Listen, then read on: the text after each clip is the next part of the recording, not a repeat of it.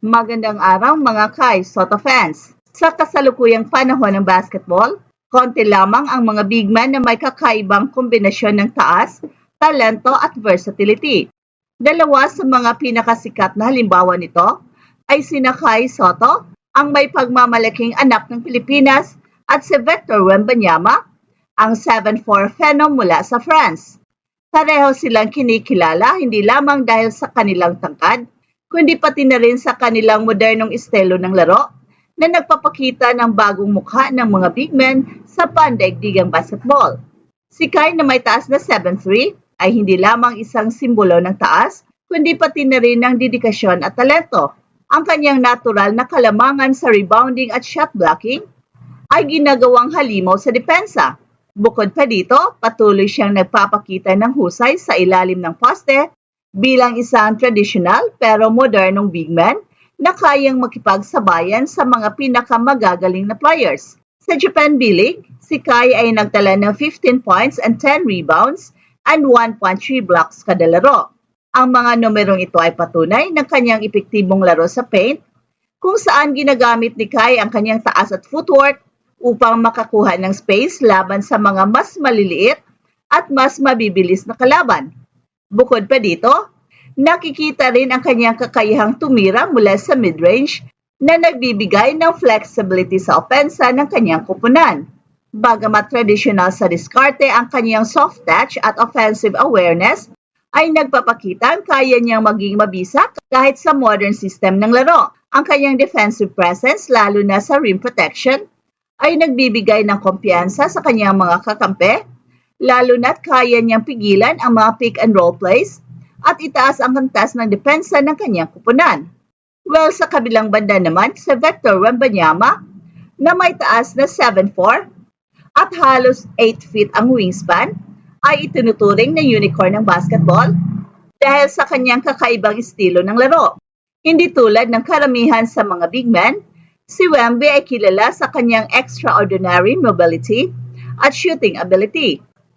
Ang kanyang kakayahang maglaro sa perimeter at maging playmaker ay bihira para sa isang manlalaro ng kanyang tangkad. Ang kanyang depensa ay hindi lamang limitado sa shot blocking, kaya rin niyang magbantay ng guards at big men dahil sa kanyang agility at haba. Sa opensa naman, ang kanyang 3-level scoring ability mula sa perimeter, mid-range at ilalim ng poste ay nagpapakita kaya niyang lumikha ng sariling tira sa iba't ibang bahagi ng court. Habang si Kai ay mas traditional sa kanyang diskarte na nakatuon sa inside scoring at post play, si Wemby naman ay nagdadala ng bagong dimensyon sa laro ng mga big men. Sa modern basketball, kung saan mahalaga ang versatility, masasabing si Wembanyama ang epitome ng makabagong big man. Subalit hindi rin may kakailan na si Kai ay may potensyal ding maging ganap na modern big man, lalo na kung maipagpapatuloy niya ang pagpapabuti ng kanyang perimeter shooting at lateral quickness. Sa depensa naman, parehong magaling sa shot blocking ang dalawang players, pero may kaunting pagkakaiba.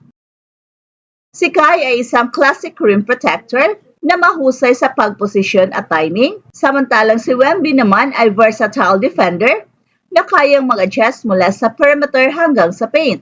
Well, sa kabila nito, kapansin-pansin ang physical na lakas ni Kai na nagbibigay sa kanya ng kalamangan laban sa mas physical na laro sa ilalim ng ring. Parehong may mga aspeto na kailangan paghusayan sina Kai at Wemby. Para kay Kai, mahalaga ang pagpatuloy ng pagpapabuti ng kanyang lateral quickness upang makasabay sa mas mabilis na laro sa NBA. Bukod dito, ang pagkakaroon ng mas confident na perimeter shot ay magbibigay sa kanya ng malaking bentahe, lalo na't ang mga modern big men ay inaasahang maging all-around scorer. Ang tagumpay ni Kai sa Japan B-League ay isang magandang patunay na kaya niyang umangat sa mas mataas na antas kung magpapatuloy ang kanyang pagsisikap. Samantalang si Wembanyama ay kailangang mag-focus sa pagpapalakas ng kanyang pangangatawan. Bagamat natatangi ang kanyang talento, ang kanyang payat na pangangatawan ay maaaring maging dahilan ng injury sa mas physical na liga tulad ng NBA. Subalit ang kanyang skill set at disiplina ay naglalagay sa kanya bilang isang generational talent na may kakayahang baguhin ang laro ng basketball. Sa kabila ng kanilang magkaibang estilo ng laro, parehong nagdadala ng inspirasyon sina Kai Sotto at Victor Wembanyama. Si Kai bilang isang Pinoy ay nagiging huwaran para sa milyong-milyong kabataang nangangarap na makapasok sa NBA.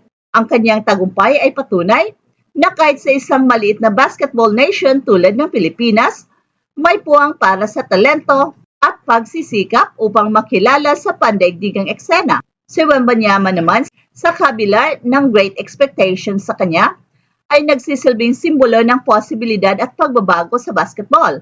Ang kanyang estilo ng laro ay nagtataguyod ng idea ng basketball ay hindi na limitado sa traditional na mga posisyon, kundi isang laro na bukas sa inobasyon at versatility. Habang patuloy na nagpapakita ng gilas sa Japan B-League, si Kai ay hindi lamang naglalaro para sa kanyang sarili at para sa kanyang pangarap, kundi pati na rin sa milyong-milyong Pinoy. Ang kanyang presensya sa pandaigdigang eksena ay nagbibigay ng pag-asa na ang talento mula sa Pilipinas ay kayang makipagsabayan sa mundo.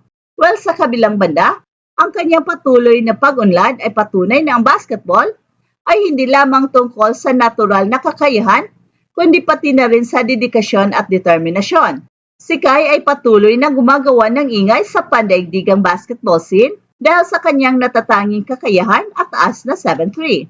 Isa siyang bihirang kombinasyon ng taas, kasanayan at basketball IQ na naglalagay sa kanya bilang isa sa mga pinaka-promising na batang manlalaro mula sa Pilipinas. Sa murang edad, napatunayan ni Kai ng kanyang kakayahan sa mga liga tulad ng NBL Australia at Japan B-League kung saan ipinapakita niya ang kanyang kakayahan sa shot blocking, scorer at rebounding. Ang kanyang husay bilang rim protector at versatility sa opensa ay nagbibigay sa kanya ng malaking potensyal na magtagumpay siya sa NBA, lalo na't patuloy niyang dinagdagan ang kanyang lakas at bilis.